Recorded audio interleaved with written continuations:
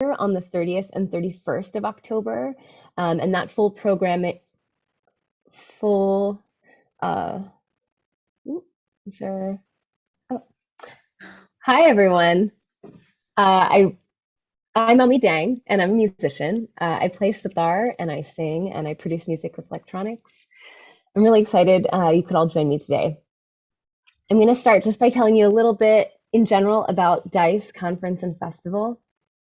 DICE is a Berlin-based music conference and festival that works to create more equitable spaces and practices within the music industry. The theme of our 2021 DICE edition is orbital entities. As a theme, it aims to explore how individuals, networks of people, and existing structures in the music landscape and society at large have maintained connection, cohesion, and community, and at what cost, while adapting to uncertainty and ever-changing, often potentially permanent new conditions. The 2021 edition of the festival takes place entirely online on the 30th and the 31st of October with a full program that includes workshops, talks, performances, and DJ sets. Please check out the full program and register for the events. It's all I believe it's all free, and all of that can be found on the DICE website at dice.berlin/orbital entities. And today is my final event in a series I did with first we started with Nailah Hunter, secondly we had Elisita Punto, and today I'm so excited to welcome Bishi, an amazing music producer and performer. Yeah, hi Bishi, thank you so much for joining us. It's so lovely. It's so lovely to be here. Thank you so much, and it's so lovely to talk to you. Yeah, I'm so excited to talk to you. I'll do a really quick bio and then we can just kind of get into a conversation. But Bishi is a singer, electronic rock sitarist, composer, music producer, and performer born in London of Bengali heritage. As a multi-instrumentalist, she has been trained in both Hindustani and Western classical styles and studied the sitar under Gaurav Mazumdar, who's a senior disciple of Ravi Shankar. And Bishi, I also will add, which we'll get into a little bit today, just on Friday, so 2 days ago, released her album Let My Country Awake. She's had an extremely busy week of a big, I think, album premiere and performance in London, right? So how are you feeling, Bishi? Exhausted, but very happy. But very, very happy. And look, like people were laughing at me because there's a vinyl shortage in the UK. So I got CDs made. Ooh, yeah. 1999. Woo, CD. I love it. I love it.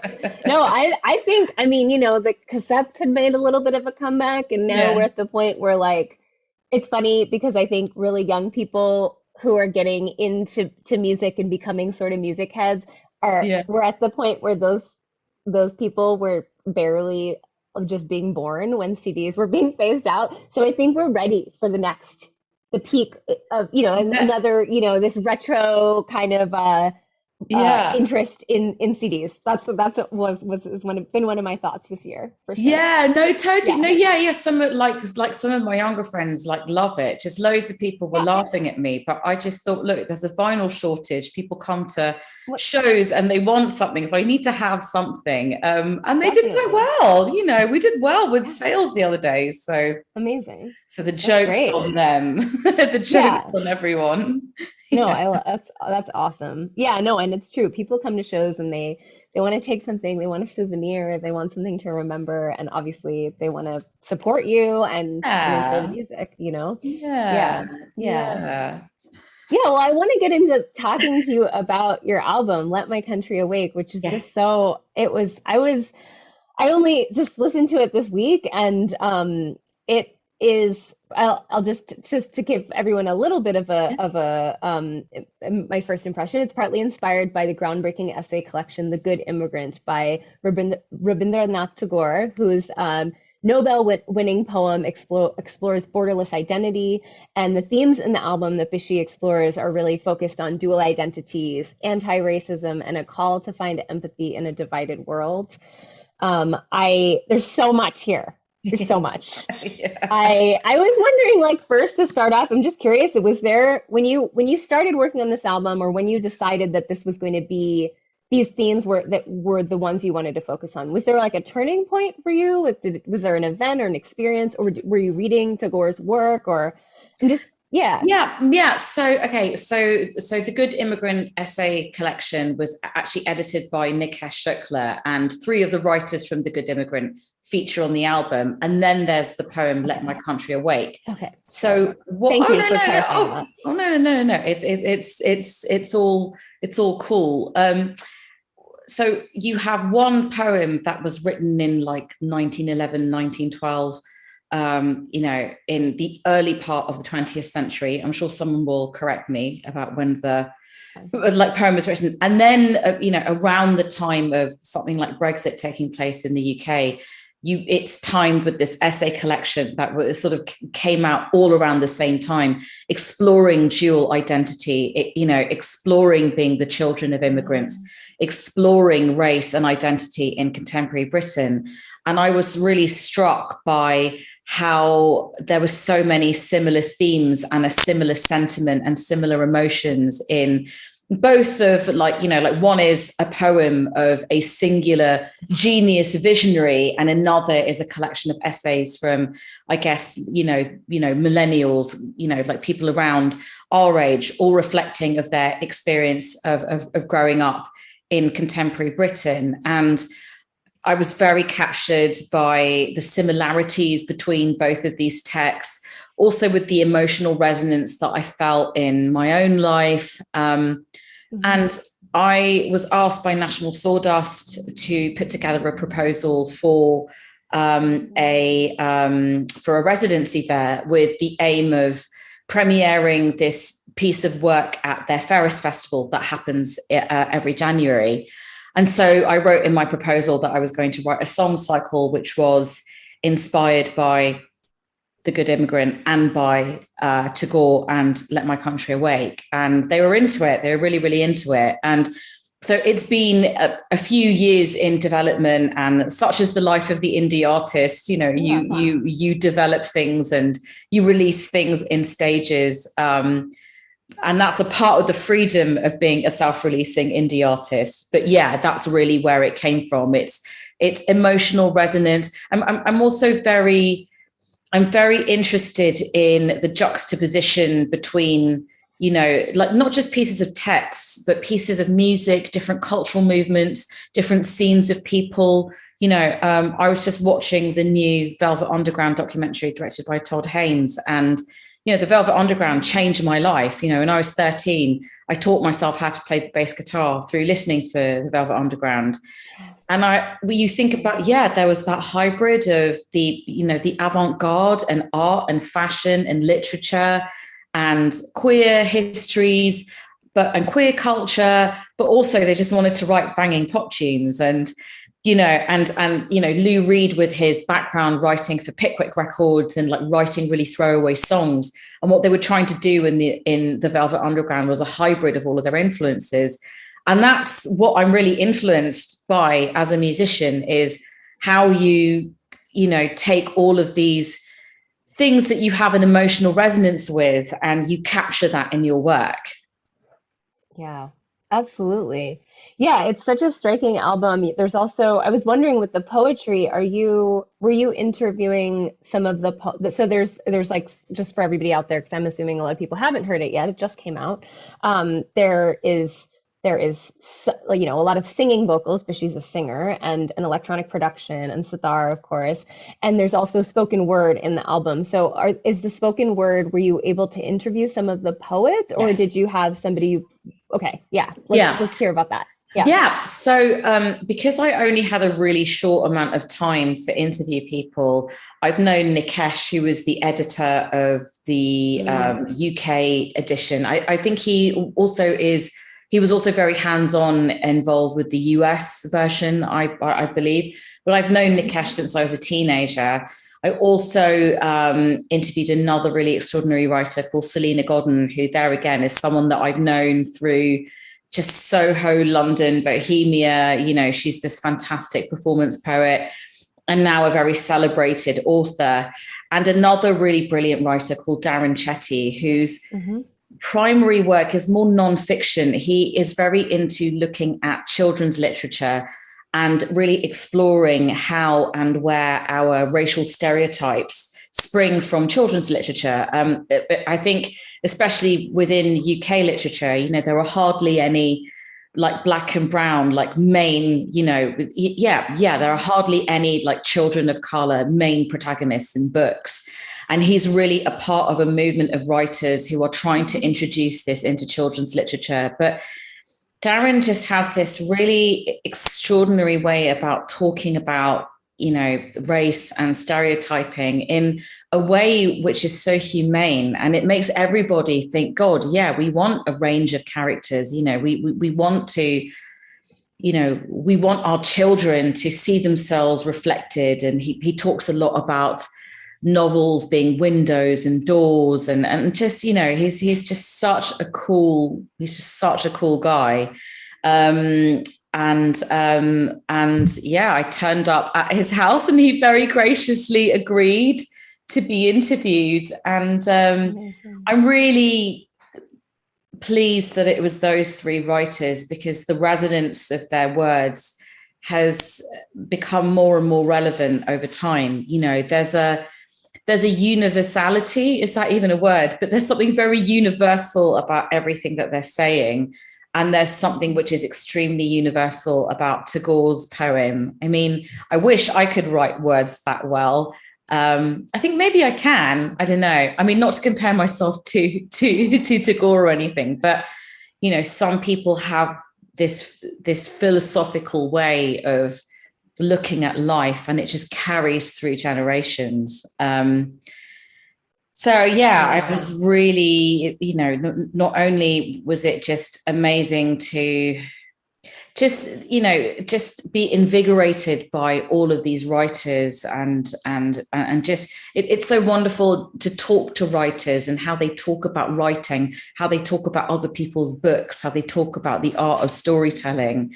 You know, as musicians, we can really share that, and we really get, when we talk about records or production or composers, like, we can really get it. But with writers, it's something else, because it's quite solitary. Everything's in their head, you know? Right. Absolutely. Yeah. Is this the first time you had worked with other writers in this way? Like, Probably. No. I did a live project all about the writer Angela Carter, and it was her best friend, who is a mythographer called Marina Warner, who's absolutely like astounding. It was a mix between reading and Angela Carter's unpublished poetry being set to music.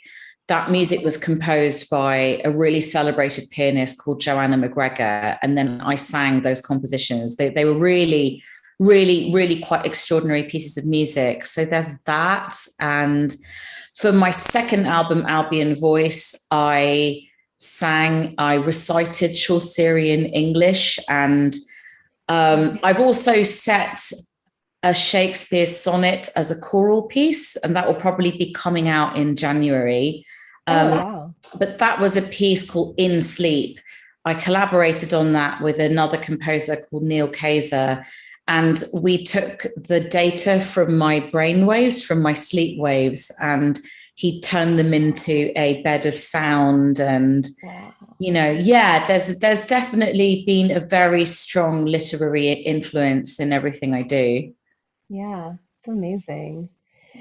Yeah, I'm curious to hear more about the process. So, so you collaborated with all these writers. So how Yeah. was it collaborating with? You also collaborated with other musicians. A little. You had a co-producer, I believe, but otherwise, I think you did a lot of it. You're like multi-instrumentalist extraordinaire. So tell us a little bit about that process too. So I wrote this album on a combination of my RC505 looper, which is quite primitive, but quite fabulous. It's very sturdy. It does what it says. And, you know, I love it, even though I work a lot more now within Ableton and on, you know, the Push has so much more that you can do with it. So really, it was the RC505 looper. I used a lot of synths. I used an SH201, which is quite early 90s and laughable, Okay. but quite fabulous as well.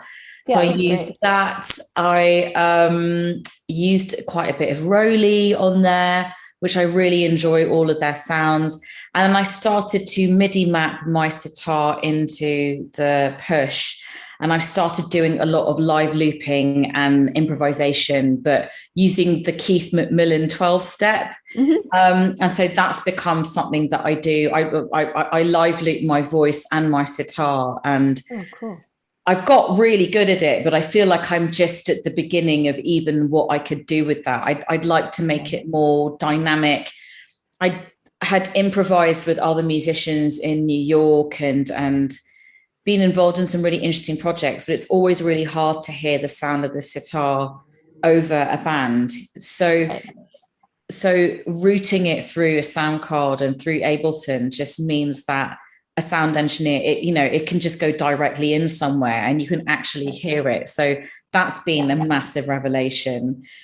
But yeah, it's this very, I can't say it's compact because it's not exactly that compact, but it is a mobile setup that can work with a number of different ensembles. So I'm really pleased that I've managed to assemble that together on my own.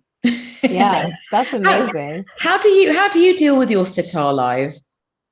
So yeah, no, it's the whole time you were talking, I was like, wow, this is such a familiar. All of this sounds so familiar to me. I don't. So as far as my sitar playing it live, I really really struggled for a long time Yeah. playing the sitar with other instruments, with other people, because I think when I first started playing shows, I was just using like a really bad piezo contact mic, Yeah. and and trying to put that through an amp, and it was just feeding back. If anybody else was doing anything loud, it was like feeding back like crazy. And then I had to turn Yeah. it down, and then you couldn't hear anything. And something, I mean, I wonder if you would have had this experience too. Well, I can't answer the question you asked me, but what I was thinking about was some of those early collaborations for me. I just felt like kind of this like Indian Barbie sitting there with the sitar that could not be heard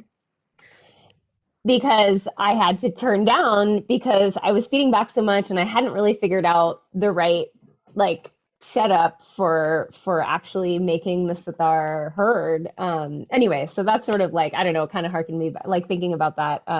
Yeah. It's and people, I had a couple, early for me, it was like early, this was like early on when I was performing out and starting to meet other musicians, and people Yeah. were like, wow, you play sitar and you do, you produce music, and cool, like you should come jam with me, or like I'm gonna play the show, do you want to just come guest on this song or with Yeah. whatever. And when I was first meeting people and just trying to kind of get my footing, I was like, yeah, okay, yes, let's do Yeah. it, but then I had like a series of experiences that actually made me realize I really needed to step back, Yeah. figure out what I was doing, because then I was just sort of like this token kind of like, oh, there's this like brown girl at the electronic music show, and I don't, Yeah. but like we can't hear her also. So, and Yeah. anyway. Yeah. But yeah, that wasn't the question you asked, but I don't know if No, you want to no, comment no, on no, that. We can no, get back no, to it's great. It's great. the thing that solved that. I'm happy to talk about, but I don't know if you Yeah. have if Yeah, you have yeah, a yeah. No, response to that. yeah. I think the thing with this, like with the sitar, especially the way that I play it, everyone assumes it's plug and play, and Yeah. even with the setup now, yes, but you do have to warm it up. You just and it's you just need a couple of minutes. You can't just plug and go. It isn't an electric guitar. You definitely need a tech to just to make sure. You have to have you have to warm her up a little bit to make sure that everything's okay. We can hear her. It just takes a slight split second. So I've definitely got very good at introducing that as a part of the whole experience. And I know that pretty soon other bands are going to invite me to come on stage and do this and that. And it's really going through the process of making sure I have a designated tech who can just be there to help roll like roll the whole unit on, and then just a couple of minutes, it's just a bit of a chat, and then we know we're good to go. Just the tuning and everything, you just have to fine tune. Okay. But so what fixed all of that for you? So yeah, so there is a company in the US, I think they're based in California somewhere, called Pick Up the World, Oh, and wow. they make these specialty pickups. And I don't remember how exactly. I think I just started calling people I knew who, this is some years ago, who knew anything about instrument amplification. And someone told me about Pick Up the World. Or no, actually, I think I was talking to somebody about pieces. Yeah, whatever. They told me about Pick Up the World. I called Pick Up the World. And this amazing tech, I think it's run by a couple maybe. I was talking to this woman, and she was like, yes, we make sitar pickups. They use this technology where it's like a magnetic transducer of some sort. So it works. I don't really, Yeah. I honestly, don't quote me on this. Yeah. The technology is different than piezos, or the way that typical kind of guitar Yeah. pickups work, because and it reduces feedback. Yeah. And she rattled off some names of sitarists who had used them. And then, and she was like, but you do need a preamp with it, and you can buy, there's a number of different preamp options. Obviously, I could also just like run into an amp or run into an interface with a preamp. But I ended up getting, so their little sitar pickup, it's like a little strip that tapes onto the gourd right under my bridge. Yeah. And then it has, a little cord that goes around, the jack attaches to the outside of the gourd. They also will, like, some people will install them inside, but I kind of got nervous about letting Yeah. someone get inside my sitar. And then also, if anything ever happened, having to get back in there would be really difficult. So Yeah. mine is Yeah. just Yeah. outside, and Yeah. I have an acoustic sitar, so I have that pickup outside. And then I run it through an LR Baggs Paracoustic DI, Yeah. little DI box with a 4-band Yeah. EQ, and that has been a game changer. But you're right in that Yeah. it still takes a few minutes. You got to figure out your gain setting. You've got to, if there's always ground hum. I'm dealing with Yeah. like hum issues and things like that, because it's an Yeah. extremely resonant instrument. The instrument Yeah. is built to resonate, and so it's Yeah. just it sends out a sound. Yeah, so it's been a struggle. But I also use Ableton Live Great. as my kind of primary software, and I also use a push too in my live setup. So Yeah. it's that kind of setup is very familiar to me. Yeah. I never had a RC 505, but I know what you're talking about. And it's interesting. It's amazing how, I mean, that gear, some of those earlier like loopers and samplers, like you said, they are so robust. Yeah. They will last forever. Like Yeah. before I used my push, I used what did I use? Oh my gosh. A Roland a SP 404 Right. sampler. So Yeah. classic sampler, I used an old SD card to put all load of my samples in and everything. Oh my But God. that Wow. thing would have just gone forever, I think. Yeah. I ended up, I think after I transferred, when I started using the push, I realized I wasn't really using it, so I sold it to somebody. But yeah, Yeah. I mean, they last forever. Like a lot of this Yeah. gear, some of the gear lasts forever, some of it doesn't. But Yeah. some of Yeah. it Yeah. really, Yeah. Yeah. Yeah. Yeah. Yeah. Yeah. For yeah. sure. And it is quite primitive, but then it's actually quite fabulous when like there's a primitive thing to it. And then, like I run a lot of it now through the push, and you think, oh God, there Yeah, are so many effects and so many things that I can do. you can But do anything. Yeah. yeah, and then I sort of stopped using the RC505, and then I used it for my album launch. And it's like, no, this thing is quite fabulous. Like even it's like nasty old effects, like for a live scenario, there's something really great. It's just, I mean, I think I've even seen people on YouTube use their feet or use their, like barefoot. Hmm. And yeah, I'm recently been getting into the Keith McMillan, like MIDI, like foot MIDI controller. I've Hmm. seen some really great videos and some great performances of like violin players and cello players who obviously they've hidden their laptops somewhere off screen, which I think is so chic. I really want to get to that place. They want, they hide their laptop off screen, and they just know all of their pedals, and it's just so So cool, cool. right? It's so cool. Amazing. Yeah. Yeah, are you getting into MIDI polyphonic expression? Because I know the Keith McMillan instruments, a lot of Yeah, them have the like next up. So MIDI polyphonic expression, for those of you who don't yeah, know, is sort of the next level MIDI where you can um, use instead of just kind of touching something to trigger on and off, or you can the Keith McMillan instruments are like very touch sensitive, so you can use pressure or touch in different parts of a pad or on a keystroke to trigger other parameters, which that's another area where it's like limitless, right? yeah. You can program which parameter you want to. If your finger slides like this on a key, then what you might hear certain feedback. So I don't know. I personally have been looking at all of that technology. I have not personally been getting into MIDI polyphonic expression, but it is like a Yeah. whole, there's so much you can do now with these live instruments. Yeah, I'm into it. I mean, I think because I bought my Keith McMillan tile stack a couple of years ago, so Okay. there's a little bit of that. Yeah. There isn't fully stuff, and maybe it would be really cool to experiment with that stuff. But for the time being, I just need on off, play, Yeah. stop, repeat, That's record. Yeah. it. All of that, like Yeah. all of that is just like totally fine. But it's Yeah. quite,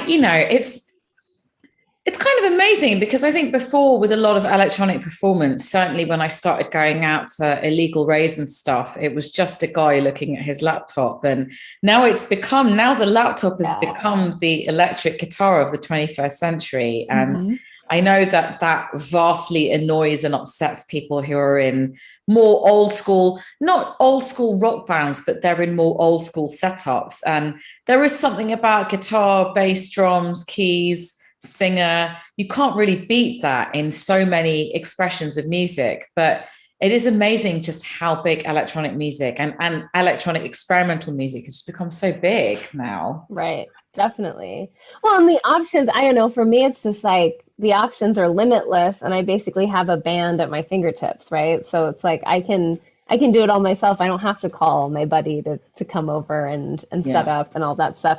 And then timbrally, right? So according to the sound, the timbres that you can access. I mean, granted now with if you show up with an instrument and pedals or a certain kind of setup, I mean what we're talking about doing with the sitar and vocals too, putting it through anything, there are a lot of options, but I know for me, I use a lot of software synthesizers like these, various VST plugins and things, and there's just so much out there, and the way that you can manipulate those sounds like with a click is just it's so much more straightforward. But not to put down anybody who also is like in the, because I love a good old like a rock band and that, Yeah. not trying to put anybody down. Yeah. Well, I think also because I'm not in the position to support a band, which I would love to be. I would love to support a band full time. But because I'm not in that position, this is the other way of me being able to do it. And the idea is to have at least a mobile setup so that in situations with other musicians, I can do that, or I can play with other people. And there's a live engineer, or even if we're just jamming in, and we're going through a desk, there's an ability to be able to turn my vocal and sitar unit up together without it feeding back really badly, just as long as the speakers aren't anywhere near kind of facing in the same direction. I just think, I don't know. I'm very thankful that I've got to that place, like, with this setup. But yeah, Pick Up the World. I'm gonna check that out. Check them out. Do you know what bit of California they're in? Some very rural place, Right. I think they're like a couple who like has their, pickup studio at home and they live in the mountains or something like that. Like it's very, yeah. So, but they're great. And they make pickups for all kinds of instruments. But yeah, they have a sitar pickup that it works really well. I was pleasant. At first I was like, is this gonna work? But it's great. I've been using it for 9 years now or so. So, and I think I'm on my, I think I've ordered probably 3 of them by now, but really cool.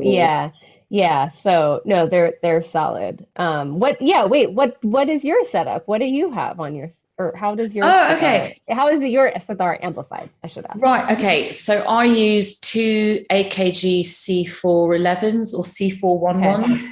And Mm-hmm. that was suggested to me by a woman who was Sigur Ros's live engineer at the time. Mm-hmm. And and we made a strap. I have a friend called Richard Torrey, who's actually a really legendary designer from the 80s, but he was actually my start into queer nightlife. He was one of my early DJing partners. And those people, I find people who are designers are really good with their hands, and they're just really, they're just really great at making everything. So he drilled a couple of holes onto either side of where a strap could sit, so I could have it as a guitar. Yeah. And he made this strap. So we doctored an old guitar strap and we put Velcro where the belt pack could sit. So it's, so I have, the stereo condenser mics that get stuck onto just by the bridge.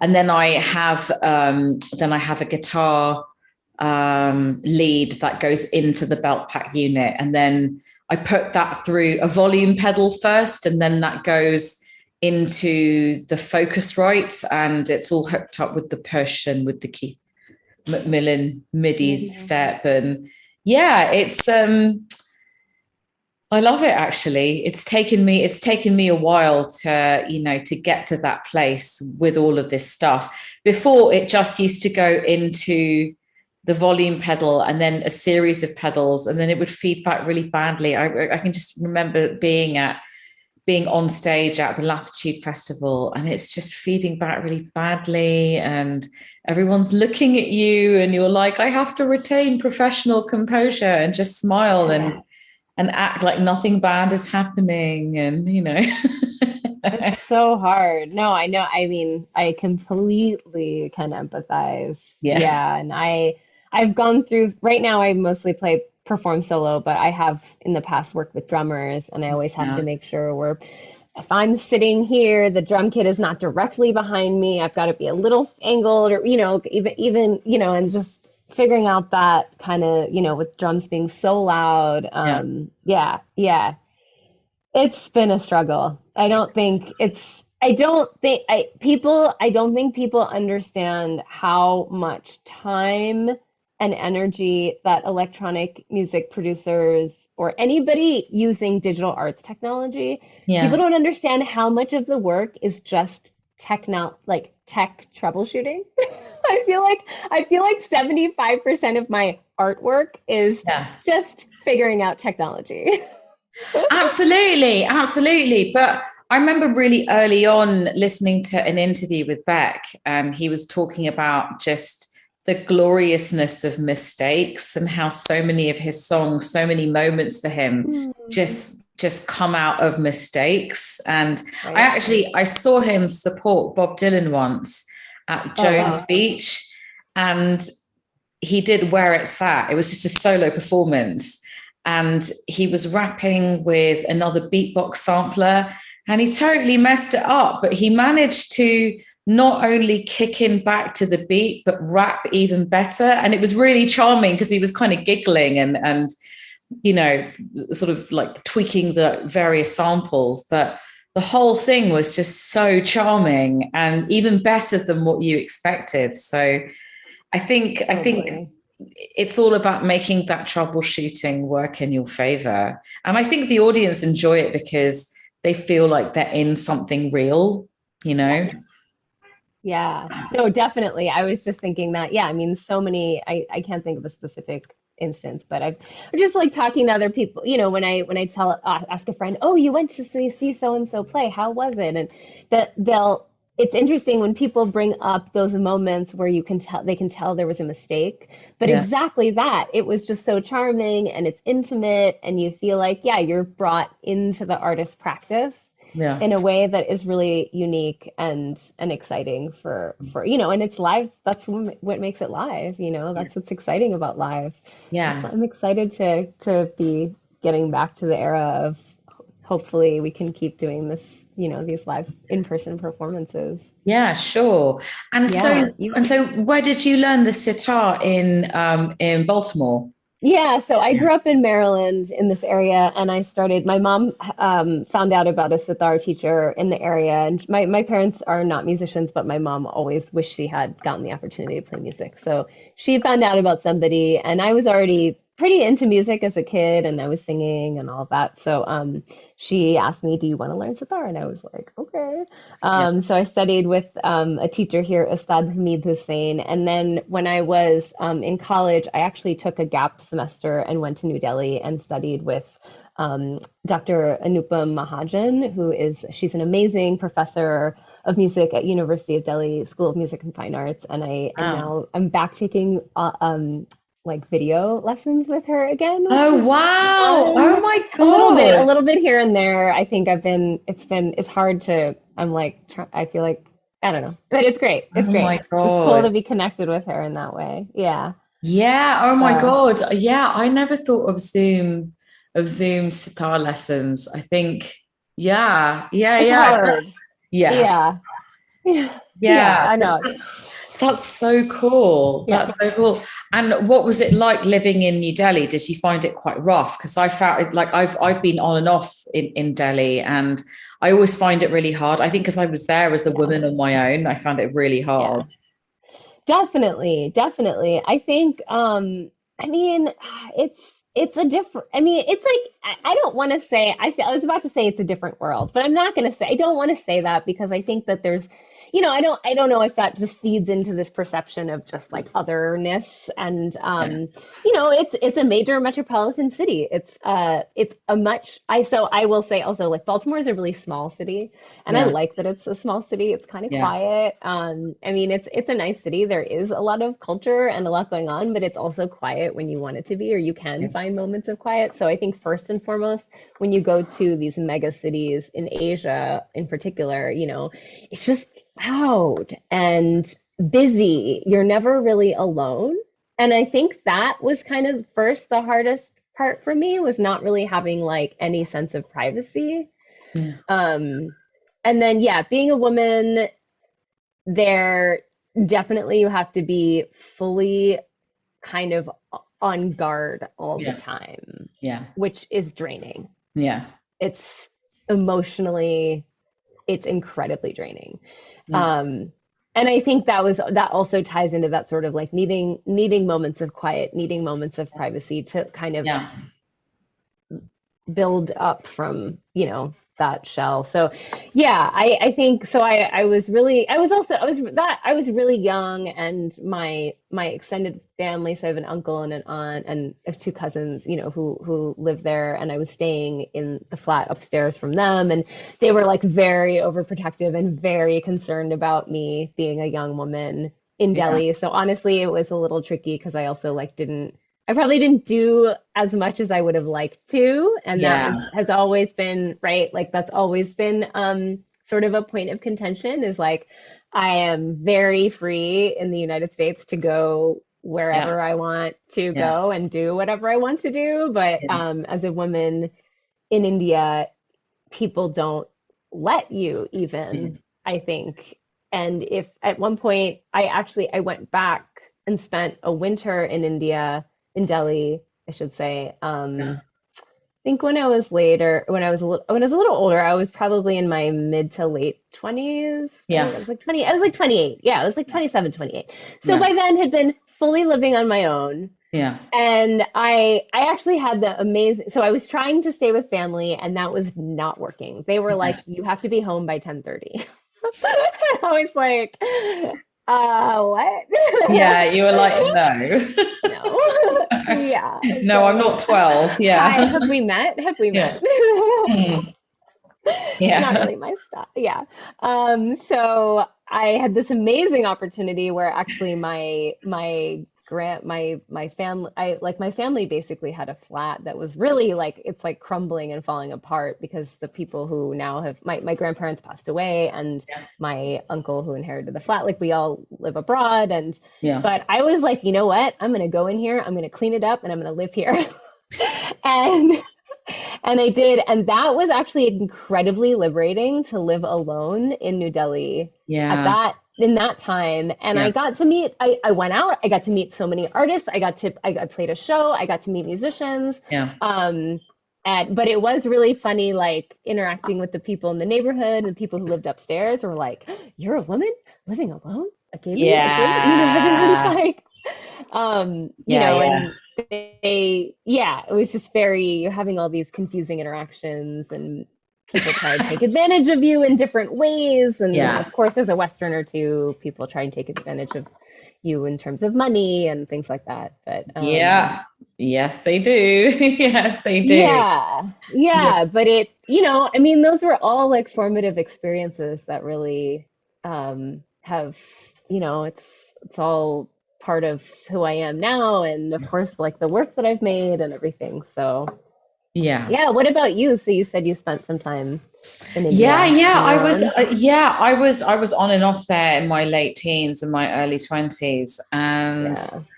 it was just extraordinary. There again, it was really difficult because I was on my own, but I was in a kind of a guest house scenario, and it was really difficult to be able to, like, this was like, social media hadn't really taken off, or like it was in a really primitive iteration, but even more primitive in India, Right.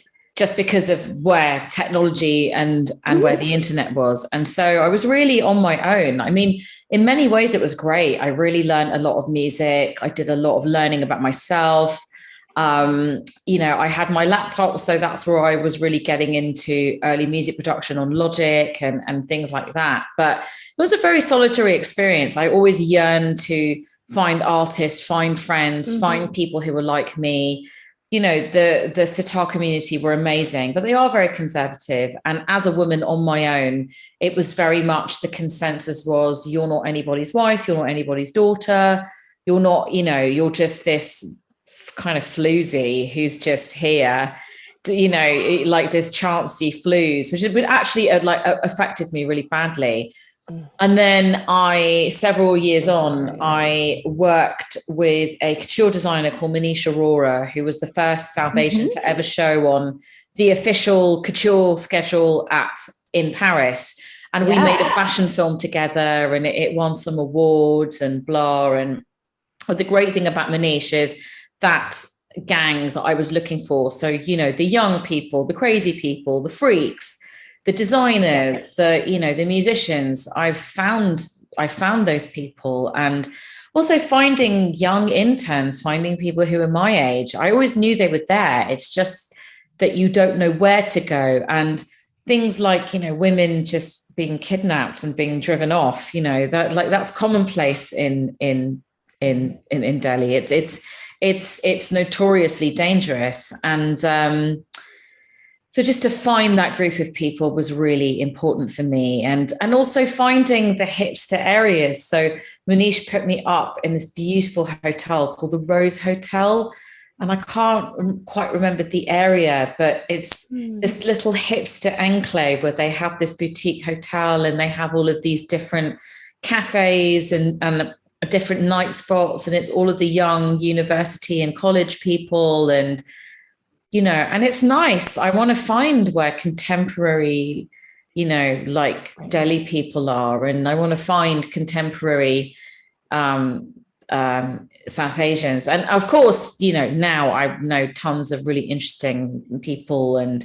But yeah, I think in the early days of the internet were something very specific in the UK and the US, but they were something else in India, and now things have Definitely. by and large have caught up pretty evenly. But I think it's great. I think more and more South Asian people are connecting, more and more South Asian creatives. I think before there was a real sense of, if you do anything creative, then that's not a real job, or that's not a real career path, life path. It's not really work. Some people, quote unquote, in the West might still agree, but there are more of us doing interesting things and who are being visible. So I think that's really exciting. Yeah, I think just in the past 4 or 5 years that has really changed, I think, Yeah, is the amount of support and community that people have found online and with yeah, social media. I'm yeah. seeing, I feel like, I know I look at there are other people online and all these affirmations and building communities. I'm like, wow, I wish 10 years ago or 15 years ago this had been Yeah. a little more present. But it's okay. I'm Yeah. doing my thing. So, and Yeah. hopefully I'm like maybe and then I forget that, like, oh, in some way maybe I've been a part of this to, like, I mean, Yeah. it's also about people paving a path, right?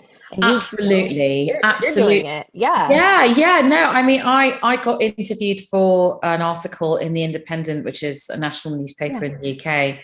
Mhm. And there's a new scene of South Asian DJs, and they called themselves the Daytimers. And Mhm. they had a big festival at the beginning of September. And I got interviewed as someone who came up in the late sort of 2000s, early 2010s, and trying to explain that, look, like, there really wasn't a community. There really weren't a lot of people. There really weren't these support groups, these community groups. I had this career that looked like it was going to explode into the mainstream, and it was going to explode into the pop sphere. And then that didn't happen. And something else happened, which was paving this road, rather than me feeling scorned by the mainstream. I feel like what I've made is a masterclass in how to create your own table and how to Absolutely. effectively create community, create connections around the world. I discovered your music in lockdown, and I put it on a playlist, Yes, and likewise. then it's just like, oh my God, here she is, like, emailing me. This is great. Like, that's the Yay. kind of thing that you want in life. And we have so much access to that, and we have so much capability and possibility within that. That's why I'm excited to be a musician alive today. Yeah. Seriously, I was thinking about that same thing. Like, would we have even connected if, maybe eventually one of us would have been in the same city and I would have heard, gone to see your show, or I would have been playing a show, Yeah. whatever. But I was surprised. I think it was just a year not this past summer, but the summer before, I think, Yeah. or last fall, something like that, Yeah. that I came across your music, or you came across me. I forget, however it was, and I followed you, and we followed each other. But I was like, how have I not heard about this Yeah. person, like, doing this work that's like so parallel? Like, I feel like, yeah, it's just like Yeah. really parallel. And I feel like I really hope that it doesn't take us it hopefully, and this is already happening, it doesn't take us so long anymore, right? These Yeah. connections are happening much sooner, much more Yes. quickly across the globe, and that's really exciting. And yeah. Yeah. And yeah. Mhm. And No, also go the ahead. fact that we have Alex Kane from Volta in Yeah. common as well. It's just like the world is Yeah. just so small. Super small. No, that's amazing. So somebody asks, and you were already kind of touching on this, but somebody Yeah. asked, for both of us, we both mentioned performing mostly solo. What's Mm. the role of community in your creative process, and how do you build and stay in touch with music communities? So yeah, why don't you let us know about Okay, that? cool. I'm going to read the questions, and Sure. okay. So, what's the role community has in your creative process? Well, I mean, it has a huge role in my creative process because I'm involved with so many different communities in London and internationally. So, with this current album, I recorded it in Brooklyn, in Bushwick. And so some of my best friends live in Brooklyn. My co-producer, Jeff Cook, I met him through, Anna Matronic from the Scissor Sisters, who's one of my best friends. And they are all involved in the original light show called the Joshua Light Show. So they are part of the revival, or the new iteration of the Joshua Light Show. The residency at National Sawdust that gave me the opportunity to write and record this album.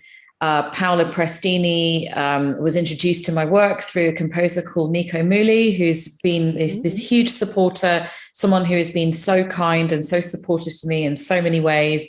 You know, Nico is another person. We read about each other in like in an actual newspaper, and I was like, why is this queen not my friend, you know? And then we met each other a couple of nights backstage at a party, and you know, and these are all connections. You know, you find out about music and musicians and you just think, hang on a minute, like, how do I not know this person? And here we are on this conference, on this Zoom conference together. And so that's the role of community. You just find people and you connect. And that's one of the most rewarding and exciting things about being a musician. And people call me up all the time, you know, can you put forward an engineer, a DJ, a wig stylist, a filmmaker, blah. And you're like, oh, you should check this person out, check out that person. Like, here's this person's Instagram profile, or I heard of this thing. And so community is completely central to the creative process. And how do I build and stay in touch with the music community? And I've been performing in bands and DJing since I was a teenager. So there's just waves of different generations of community. And, you know, some of them congregate in Soho, some of them congregate in East London, some of them are on the Lower East Side, some of them are in Silver Lake, you know. I'm lucky in that I'm naturally gregarious and that I enjoy being around people.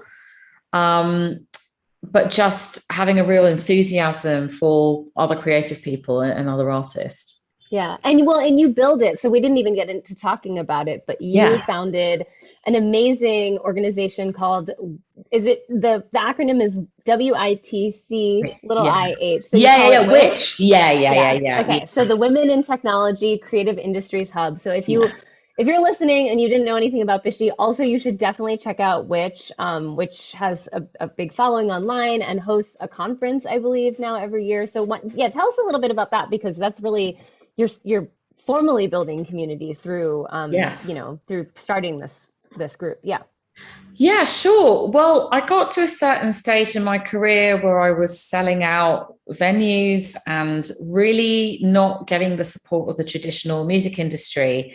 And I realized that, I guess, once you are over the age of 30 and a woman in the music industry, the whole game changes. And so I thought I would bring everything that I learned growing up in club culture and growing up in queer culture, and use all of the skills to hone more of a digital community. So as I was touring, I kept realizing that there was this female and non-binary artist who was a polymath, usually with technology at the center of their practice. And that there was such a boys' club going on that we needed a space to just kind of meet each other. And it's like not that men or like nobody's excluded. It's just putting a spotlight on female and non-binary talent. And it's grown. I curated a series of salons. We've been on at the Tate. We've been at the British Film Institute. I had a real life festival that was headlined by Gazelle Twin. Over the summer, I had a digital festival, which was headlined by Laurie Anderson. I founded a podcast in lockdown that has starred Anna Meredith and Hannah Peel and Wando Obize. And these are all women and all artists that I have met either online or that I have just met through being an active musician. And I find so much inspiration in talking to other artists. Yeah, amazing. Yeah, my answer to that question is very similarly that like the create, even though I am, and I should say I'm not only a solo performer, it's just that my practice is mostly a solo practice, but I also do collaborate with other people, and I have other active collaborations, but for me, community is so integral, and also just especially I think early on for me when I played shows and got to starting to meet people, also just having any like you're getting affirmed by your community that what you're doing is the right thing. I want to put that out there too. So like, especially for people just starting out, or if you're part of the community, or you're going to other shows, like showing up and being there for your people and giving feedback is like so major, and like, and I know it's like a really small thing, but that's kind of why I wanted to just bring attention to that, because that is also what encourages everyone to continue to grow culturally together, yeah. So I think yeah, it's amazing that you've been able to um incorporate. I mean, what's really interesting to me, but hearing from you, is I'm hearing a lot of, like, you came up in club culture, queer culture, and your music, but your music also, your work combining, like you mentioned Nico Muhly, who's like more in the kind of new music, classical music. He's a composer, for those of you who don't know, and so, but your music is also, it's electronic, it's pop, it's beat driven. So, but you're really like bringing all of these music communities together through your work, which is just so phenomenal. Yeah, no, thank I you. Yeah, and well, and I wanted to ask you too, because you had a couple performances this week. So tell us about your performances, and how did that feel, and how did they go? Yeah. Yeah. Well, I launched my third studio album, Let My Country Awake, which you all know by now. I launched it at a really special venue called the Purcell Room, which is a part of the South Bank Centre on London South Bank. And the South Bank Centre is a little bit like the Lincoln Centre, but a little bit less formal than the Lincoln. Yeah, but it's a big arts venue on London South Bank, and the Purcell Room is being relaunched as a venue for new music. They've just curated a series called the Purcell Room Sessions, and that's what my album launch got programmed into. And it was just really wonderful. I work with a AV arts duo called Output Arts, and one half of Output Arts, Jonathan Hogg, he was doing algorithmic live coding with the visuals. So it was this incredibly psychedelic experience. And it was just really brilliant, because I work with so many different communities. I work at a real cross-section of different communities in London. And there were so many people representing from all of the different scenes. There were some people from Clubland. There were some people from new classical music. There were some people from the tech world. There were some people from sort of indie electronica land. There were some people from the fashion world. And I really like that intersection. I love, yeah, I'm really into the intersection of culture kind of through and through, really. Yeah, absolutely. That's awesome. So we have another question. How somebody says it's amazing. It's great that to hear how connected you were able to keep kind of unexpectedly during the lockdown. How did the past year affect your work, both good and bad? Yeah, I think everybody has gone through an incredibly challenging time over the past 18 years 18 years. That's how long it feels like. Yeah. For the past 18 months to 2 years, to 18 months to 2 years for sure. The world has gone through a radical shift. We've endured a pandemic. Everybody has struggled in some capacity. I do think that adapting, making the best out of a bad situation is one of my superpowers. And as a self-releasing artist, from a pragmatic standpoint, I have quite a few projects on the boil. And I think most self-releasing indie artists are in that situation. So when lockdown happened, it was very traumatic, the first one. But I was lucky in that I had a few plates I was already spinning. And there was a lot of arts, there were a lot of grants that I could apply for. And I was very diligent and very pragmatic about the whole thing. And I was successful in getting some funding. I was, successful in getting various things all lined up, and then unexpectedly some consultancy work came in, and so I was really able to just carry on working. But the challenge was really learning about how you administer releases in lockdown. How do you create a moment? Obviously, now we're chained to our devices more than ever, for better and for worse. I definitely have connected with more people than I would have just going out, and very different kinds of people. But the ability to just switch off, I mean, that's been very difficult for anyone. So it's not without its challenges, but I think you have to look at a situation and just decide how best you can work with the situation, because everybody's situation is very different. Everybody has a very different set of resources. And my sort of life has gone through this massive shift, like all of this incredible stuff has happened. And kind of because I've allowed it to, and I've allowed myself to just work with the resources that I have to its fullest potential. How about you, Amy? I feel like you've been saying all the things, everything you said, I really really resonated with me. And I also feel like so I had a bunch of, my first big Europe tour actually was supposed to happen, which was going to be a big deal for me in April of 20. I was supposed to be there in Europe, touring the whole month of April 2020, and then I was supposed to play another 8 festivals in North America, so Canada and the United States, throughout the summer. And then, so of course, my Europe tour got fully canceled. It got rebooked for October 2020, which of course could not, coming from the US, was not going to be able to happen. So, Yeah. so off the bat, I had like 40 shows get canceled or something, Oh which God, was, yeah, which was painful.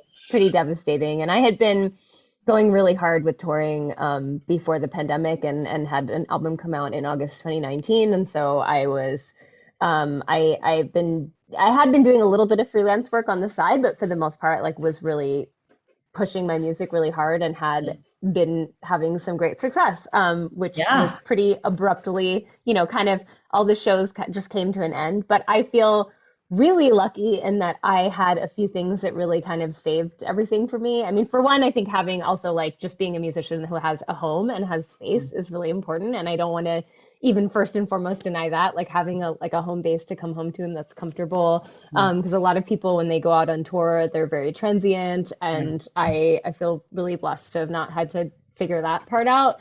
I also got a few I actually got, I received a grant before, like, that they were announcing right before the pandemic started. And then I also got a couple grants that were kind of related to, all this. There was amazing support for artists happening. So I was really, really lucky to receive some pandemic related support. And then I had already gotten this artist award that really, like, made a huge difference for me in terms of even just emotionally feeling like, oh my God, like, is this going to be okay? All of a sudden, I've lost all these shows. I still have to pay my bills, Yeah. obviously. So Yeah. that was a really big deal. But then, yeah, I just kind of, I don't know. For me, I was really up and down. I think I really thrive with a lot of structure, and actually having performances booked, like, gives me certain kind of structure with music that, like, when I didn't have it, was really hard for me creatively, because I can really get lost for days without really making or doing anything creative. And then when I do finally, like, muster the energy and sit down, or set up my gear and focus, I work really quickly. But Yeah. I definitely, my practice really ebbs and flows pretty severely. Like, of course, and I just sometimes won't really do much creative. I mean, I say much creative because, like feeling like I'm recording a track or practicing for a show or something like that. I mean, obviously, when you're an artist, you're always, like, thinking, and you're always sort of, there's always input, right? As you're reading about things. And I think that was the other thing. I was so tethered to my devices and seeing the numbers of everything, what's happening in the world. And my family was also really personally affected by the pandemic, which also I ended up kind of making music as an outcome of that, which was, that, was, I don't want to say it was an advantage or anything. But anyway, so yeah, I think for some artists, I think had it was nice for them to have the time and the space. I personally struggle with so little structure. But I had some amazing. I also had a couple sound design gigs. I mean, you mentioned having some consulting type of gigs, so I had some unexpected gigs come up, and then I had this unexpected gig come up where had the opportunity to be a professor, and I was teaching electronic music to undergraduate, students getting their bachelor's, which was so like fun, and it was where I studied music, so kind of getting to go to my alma mater, Yeah. which was really really rewarding. Working with students was really exciting. I also just can't imagine being that age in the pandemic. It's a really different Yeah. Oh my experience, I think. God. Oh my God. Yeah, I yeah, know. I know. yeah. Well, here they had a scenario in the university halls where students were effectively locked in their halls and they were Oh bringing them gosh. boxes of food, but the boxes of food were all food that was out of date. And it was some Oh, kind of strange Black Mirror scenario. oh God. I have a friend whose son was in halls and she said it went completely Black Mirror, just like the students kind of, I mean, half of it did sound quite hilarious, like the insane house parties and, the insane, yeah, it was just kind of Lord of the Flies, people going mad everywhere, people smashing things up, having really insane house parties, because that's all that they could do with all of that energy. But just some really difficult things and just like examples of the security guards and students getting into like getting in a really bad way, like I don't want to Oh say gosh. too much, but some really nightmarish scenarios going on. So I really felt, I really felt for that age group. And I also really felt for all of the mothers and parents homeschooling. I think that was, Yeah. I know lots of parents who all of a sudden they understand what the teachers actually do, you know. Oh, a nightmare. Yeah. Yeah. I can't. Oof. I don't have kids, so I did not have to Yeah. deal with that. But everything I've seen, and people are still struggling with that, I think. Yeah. Yeah. It's wild. But yeah, I feel. I am personally I mean, I think hopefully we're all excited about a return to more in-person interaction. And it has made me also really appreciate collaboration more than ever. I will Yes. say that's something I think just in the past month or two has been a big turning point for me, Yeah. has been like, oh, I actually just need to pivot and work with other artists. And Yeah. that's like really all I want to do right now.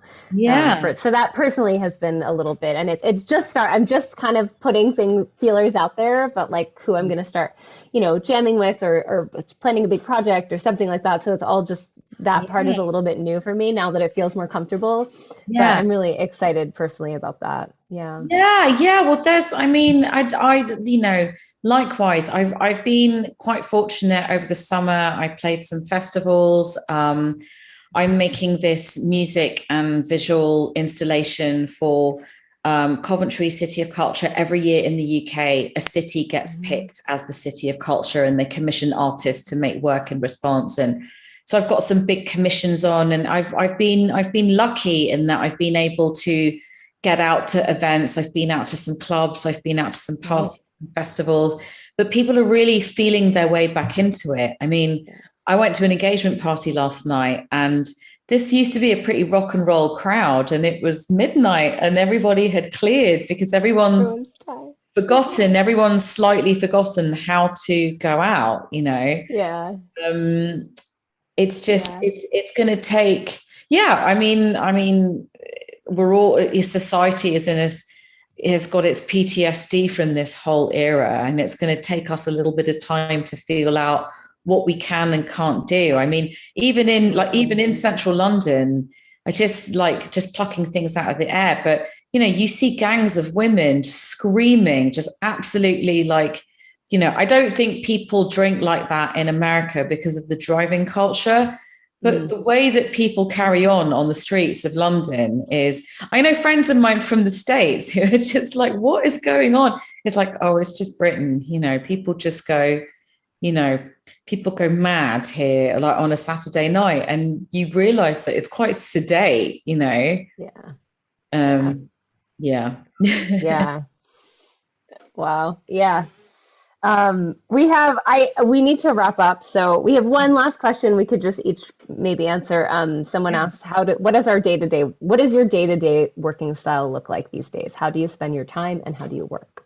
Yeah, so I'm an early riser. I get up at 7 and I do a little bit of yoga. I do check Instagram because I just think, yeah, I'm an addict. I don't care. Like if I'm going to do Yes. Thank yoga, you for saying that. yeah, So everyone, yeah, yeah, I would if I'm have to. going to do yoga and go on a 5K run or walk for an hour and a half and do all of these healthy things, can I just indulge in a bit of like light Instagram addiction? So yeah, I do get Totally. up and I check memes. I don't care what anyone thinks. Yeah. And then my day, I mean, it will be split in between Zoom meetings and being in my studio. It's pretty intense. I mean, I try and stop at about 6 p.m., but sometimes I keep going until 8 p.m. And then I'll binge watch a show or I'll do some Yeah. reading. I have started to go out a little bit now and Yeah. sort of get back into that. But it's very flexible from day to day because I can imagine that you're also juggling various projects, I mean.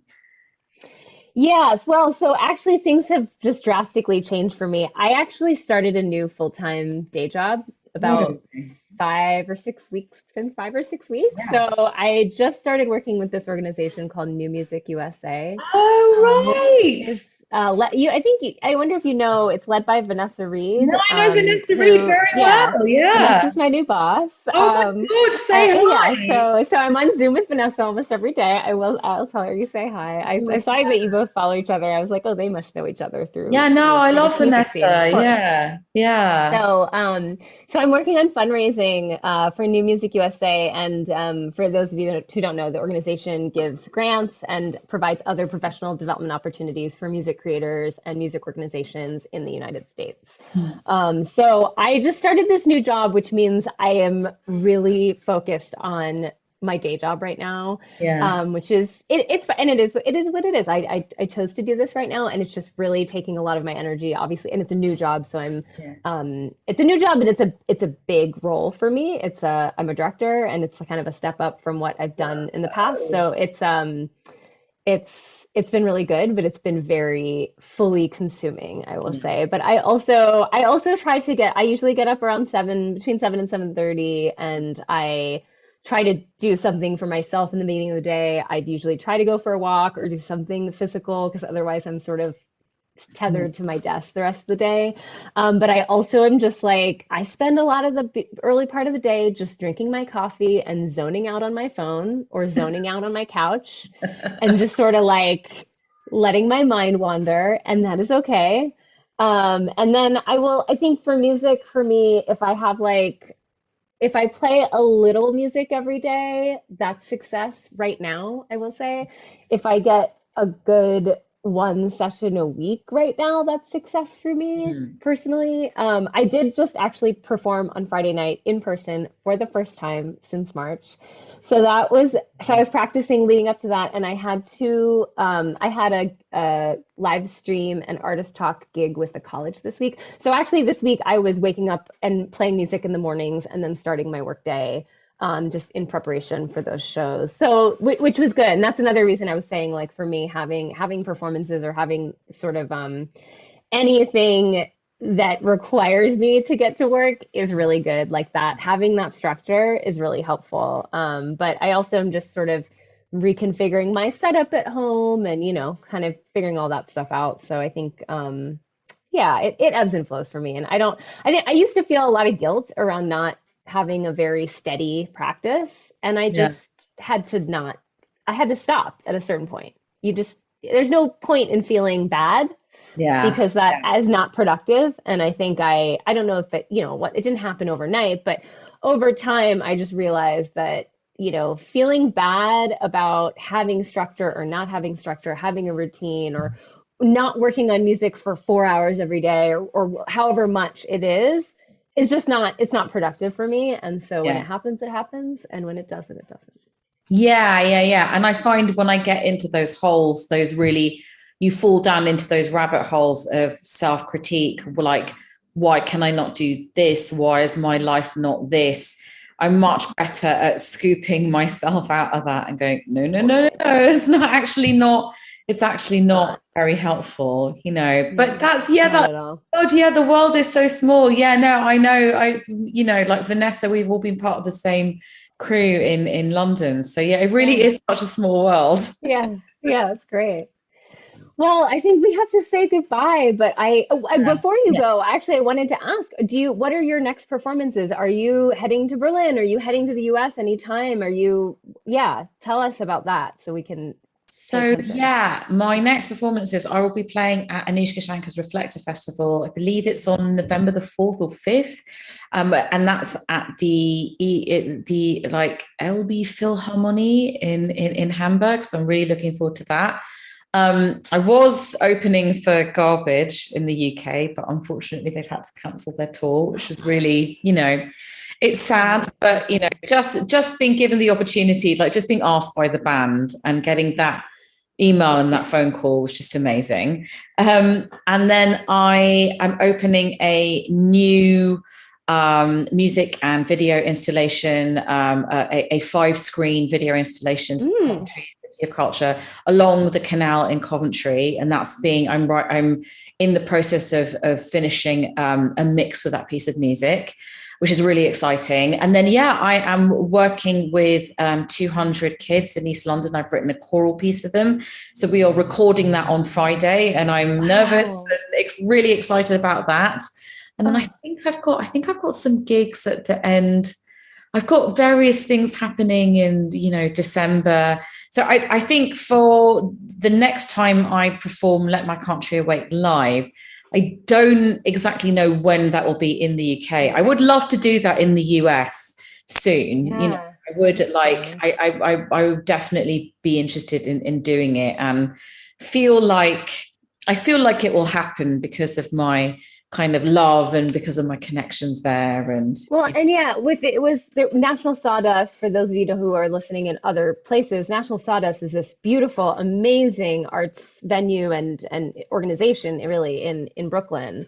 And so you received support from National Sawdust to create the album. I hope that you can bring it to National Sawdust, but I'd love to. I'd love yeah. it. I would absolutely love to. I've also performed at the Kitchen in New York, so I'd love to, Okay, awesome. you know, do something again at the Kitchen. I think what I'm doing now is like more kitchen-esque, but I don't know. I think that, you know, the only thing that my life has taught me is to keep applying myself, and then amazing doors keep opening. I don't know about you, but I find the whole life of a creative person is such a crapshoot. You have absolutely no idea what's going to land.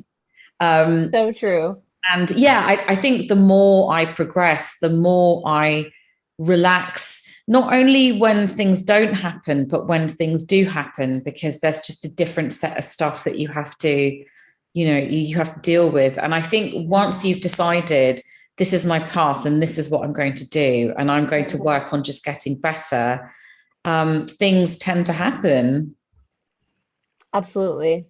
Yeah, I think also I'll leave people with one note, and you may also agree with this, is getting used to putting yourself out there over and over again and either getting no as an answer or no response. Yeah.